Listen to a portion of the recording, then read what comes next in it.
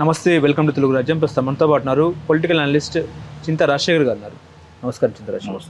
ఇప్పుడు తిరువురు ఎపిసోడ్లో తప్పంతా కూడా కొలికపూడిదే అన్నట్టు కూడా సీఎం క్రమశిక్షణ కమిటీ సీఎం గారికి నివేదిక అందించింది.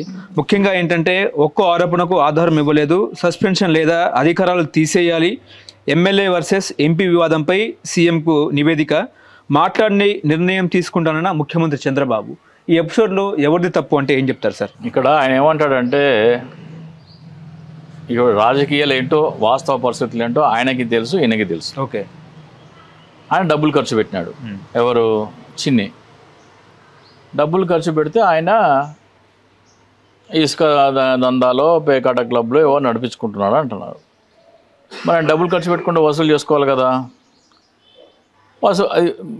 వాస్తవాలు చెప్తున్నాను నేను. ఆయన పేకాట క్లబ్లో అవన్నీ ఆడుతున్నారు.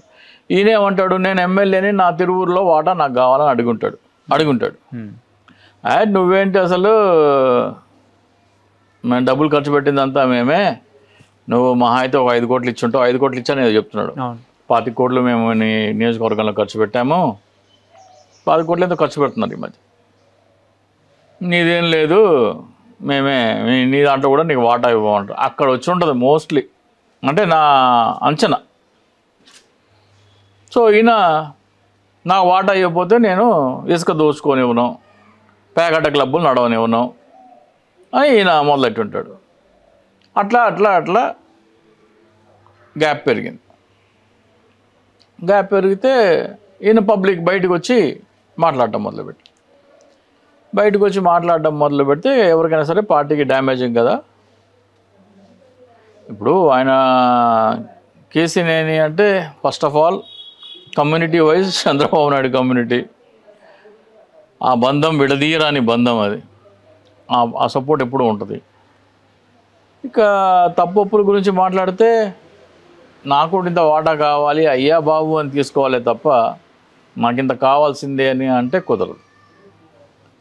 సో ఇప్పుడు ఏంటంటే కొలికపూడి చాలా ఎగెన్స్ట్గా మాట్లాడాడు జగన్మోహన్.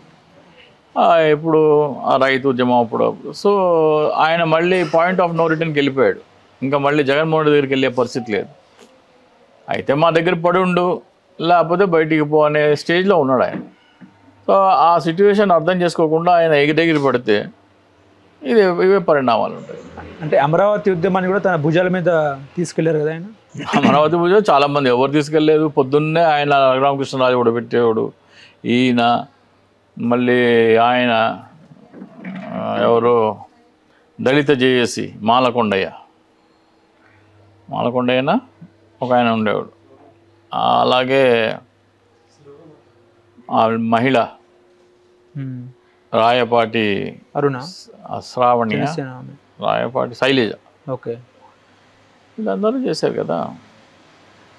అంటే కేసీనేని గారి గురించి నిజాలు చెప్పినా కూడా తప్పంతా అవుతుంది అన్నట్టు కూడా సమర్థిస్తున్నారా?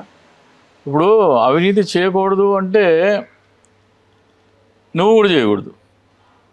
మోస్ట్లీ అక్కడ తేడా ఎక్కడ వచ్చిందంటే, నా వాటా నాకు కావాలి అంటే నీ వాటా ఏం రాదు, మొత్తం మాదే, నేను ఖర్చు కూడా మీకే పెట్టాం కదా, టికెట్ ఇవ్వడం గొప్ప, నాకు అది ఇది అని వీళ్ళు మాట్లాడుంటారు. సో అక్కడ క్లాషెస్ వచ్చి ఉంటాయి. సో దాని మీద మోస్ట్లీ అదే. అంతేగాని అవినీతి చేయకుండా ఏముండరు వీళ్ళు.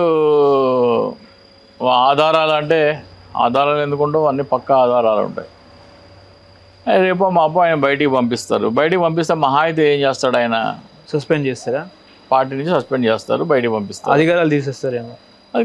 అధికారాలే మంత్రి పదవి ఏం లేదు కదా. ఎమ్మెల్యేకి ఉండాల్సిన పవర్స్ అన్ని తీసేస్తారేమో. ఎమ్మెల్యే అంటే ఆయనకి టైట్ చేస్తారు, డబ్బులు అందకుండా చూస్తారు. అప్పుడేమవుతుంది, నెక్స్ట్ టికెట్ దొరకదు. ఇప్పుడైతే 80% దొరకదు, ఇంకా అంత బియాండ్ వెళ్ళిపోయిన తర్వాత. ఇంకా అంటే లైన్ క్రాస్ చేస్తున్నారు, పదే పార్టీ మీద బురద జల్లడము, లేకపోతే తమ కాన్స్టిట్యున్సీలో కూడా ఇబ్బంది గురి చేయడము, అంటే ఎంపీకి కానీ ఇంకా వచ్చింది అదే.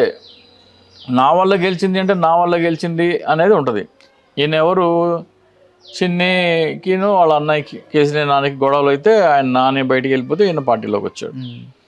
సో ఇప్పుడు ఏంటి, చంద్రబాబు నాయుడు చూసుకోవాలి, రాబోయే ఎన్నికలకి ఎవరు డబ్బులు ఖర్చు పెట్టగలరు నాకు? కొలికపూడి శ్రీనివాస్ ఏం ఖర్చు పెట్టలేడు. అప్పుడు 5 కోట్లు కాస్త 10 కోట్లు అవుతుంది. ఆయన ఎంపీ కదా, ఎంపీ అంటే ఆయన ఖర్చుతో పాటు ఎమ్మెల్యేల ఖర్చు కూడా కొంచెం కొంచెం పెట్టుకోవాలి. అదే మరి కొలికపూడి ఏమైనా ఖర్చు పెట్టగలరా అంటే ఏమీ లేదు. సో ఫైనాన్షియల్గా ఎవరు స్ట్రాంగ్ ఉంటే అటువైపే ఉంటుంది. అంటే కొలికపూడి మీద ఒక ఆరోపణ ఏంటంటే ల్యాండ్లోను శాండ్లోను తన వాటే ఉండాలా, ఎంపీ వాటా కూడా ఉండకూడదు అన్నట్టు కూడా మాట్లాడితేనే నువ్వెవరు అన్నట్టు కూడా. అంతే కదా. ఇప్పుడు ఆయన ఏమంటాడు, కొలికపూడి భావన ఏంటి, తెలుగుదేశం గెలవడానికి నేను కారణము, రైతు ఉద్యమం కారణము ఆయన చెప్తున్నాడు. వీళ్ళు ఏమంటారు,